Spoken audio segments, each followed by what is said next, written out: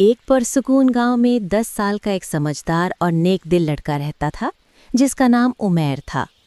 गांव के लोग उसे छोटा हीरो कहते थे क्योंकि वो हर छोटी से छोटी बात में सच्चाई और बहादुरी दिखाता था। एक दिन गांव के पास बहने वाली नदी का पानी अचानक तेज होने लगा। बच्चे वहां खेल रहे थे और किसी ने ध्यान न दिया कि छोटा हाशिम फिसलकर किनारे के बिल्कुल करीब चला गया। सब बच्चे घबरा गए, कोई कुछ समझ नहीं पा रहा था, लेकिन उमैर ने एक लम्हे को भी देर न की। वो आगे बढ़ा, अपने दोस्तों से कहा, तुम लोग पीछे रहो, मुझे हाशिम को निकालना है। उमैर ने बड़ी एहतियात से एक मजबूत लकड़ी का डंडा उठाया, घुटनों के बल बैठकर हाशिम की तरफ बढ़ाया और बुलंद आवाज में कहा, हाशिम, डंडा मजबूती से पकड़ लो, मैं छोड़ूंगा नहीं। हाशिम ने डंडा पकड़ा। उमैर ने पूरी ताकत लगाई और उसे पानी से दूर महफूज जगह खींच लिया। जब दोनों बच्चे उठे तो गांव वाले हैरान रह गए।